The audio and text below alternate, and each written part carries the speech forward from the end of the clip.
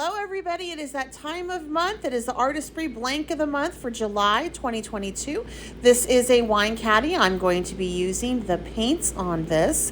This is a sublimation process, which means that when this image is heated up, because I use the sublimation paint, this does not work with your regular paint, it will actually turn into a gas and it'll be forced into the substrate of my choice as long as that substrate has 80% or more polyester blend or coating. Every month, Artesprix comes out with a blank of the month, and that is what I'm going to be using today, which is that wonderful wine caddy. I have used this wine caddy before. It was actually the blank of the month. I believe it was December of 2021. Really glad they brought it back because I have been itching to do a flower on it, a hand-painted flower.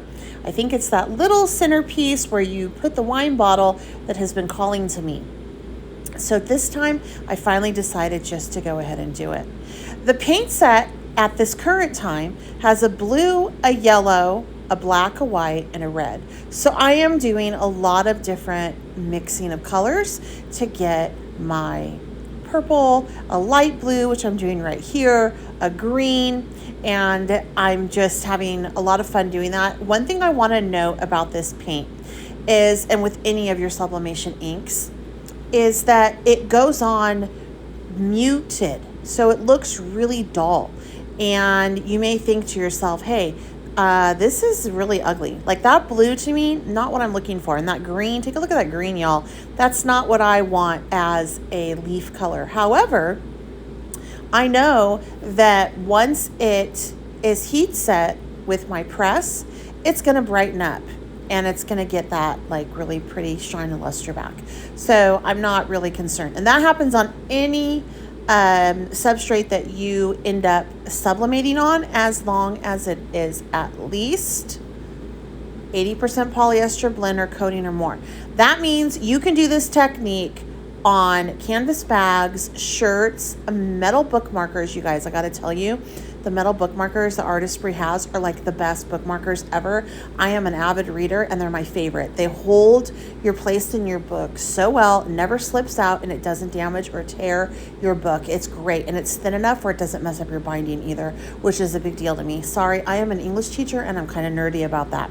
All right, so anyway, that's what you can sublimate on. And I'm going to do my sublimation off camera after I get this all done.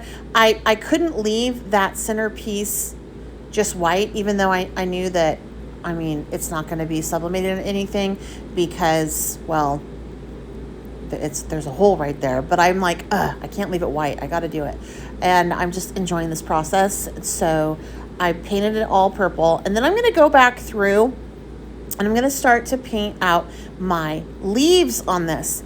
And I get a little bit nervous as I'm doing this because, like I said, the green is not really all that pretty. But to get the green, I just used straight up yellow and blue. And then to color it in, I added some white. So I do have listed for you down below the affiliated link to Artesprix. If you do the code Bets Golden, I believe you get 10 or 15% off of your order. And it also helps me out. So make sure that you use that link down there. If for anything else, I just like them to know that since they sent me product, I like them to know where their audience came from. So they're like, oh, cool. We sent Beth's product and, it got in front of these people. That to me is really important. Really, really nice company. They're out of Florida. And they're great people. I've been over there. I've played in their studio before. I actually got to play with this paint before it hit the market. I think I probably drove Ashley crazy because I was asking her all the time, when is the paint coming out? When is the ink pads coming out? I have been begging and begging and begging for more ink pad colors for probably 2 years. And it's all out now. Like, they have that done. So I'm so excited. And I play with it often, making different things. But anyway, yeah, so go check out that link down there. If you have any questions on this process, just let me know. Leave the comment or question down below. And who would you give a wine caddy to in July? I actually think that this would be a great gift for a teacher. I mean, obviously you don't want to send your child to school with a wine caddy and wine. But if you have a friend who is a teacher, you can totally bring them this. I'm a teacher. I would love this with some wine. And I would love if my friend would stick around and have the wine with me too. So yeah, totally give this to a teacher, because we are really needing our summer right now, y'all. Teaching during the pandemic is something else. So we need to relax. And if you can come over and give us a glass of wine and sit down and talk with us and just, have some good conversation, it'll make our day. All right, I'm a big fan of dots, so I'm like, I want to add some dots. So I'm putting this down first, and this is some red dots, and then I'm going to mix in yellow to create some orange, and then finally I'm going to finish off with some orange dots or some yellow dots. So as I finish up all those little dots, I decide that my eye needs a place to rest. I know you're like, what? But it does. It needs some grounding. So I go ahead, take some black paint, and I almost use my black Artesprix marker because it would have worked, but I really wanted to do this kind of freehand and just make it look a little bit more funky, or whimsical. Maybe that's a better word. So I went in with a fine tip paintbrush, and I am no painter by any means. I was just having fun with this, and I outlined everything with the black just to allow there to be some grounding on the page. Black and white allow that really well. So if you feel like your art is missing something, try throwing in some black or some white, and you'll be amazed at how much it just grounds your art in general. All right. So as I finish this up, let me tell you about how you actually transfer it. First of all, you're going to want to do this technique on a scratch piece of paper or copy paper. I actually tried to film this 3 times because my art was an epic failure each time. And instead of being out the expensive blank, I was just out my copy paper and some paint. So I really love that about this type of art, is that you're not like married to it. So if you end up hating your piece, you're just out your time, which I know you can't get back, but it's better than being out, a $7 or $8 blank, right? And so this is leftover copy paper from my classroom. These are copies that I didn't use last year, and I brought them home, and this is what I do. And since the image is only going to transfer that's been done in the sublimation ink, I'm not worried about the back coming through and ruining my art. And you'll even see that in a minute. So that's what's really cool also about this technique. So once you get your image done, you're going to want to let it dry. You don't want to put this on your blank when it's wet, because you run a chance of smearing it and then you get like a ghost image. So really make sure that your image is completely dry before you put it under the heat. And you can take a heated tool or a dryer to it. It's not going to mess it up at all. It doesn't interact with anything in the air because there's no polyester there. So you're totally cool and fine to do that.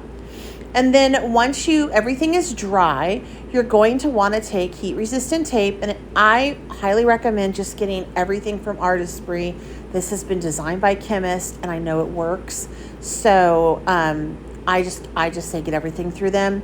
And the heat resistant tape is nice because it won't leave like yucky, gummy, sticky stuff on your project after it's done. It comes up smooth. But keep in mind that wherever you put the heat resistant tape, your image will not transfer.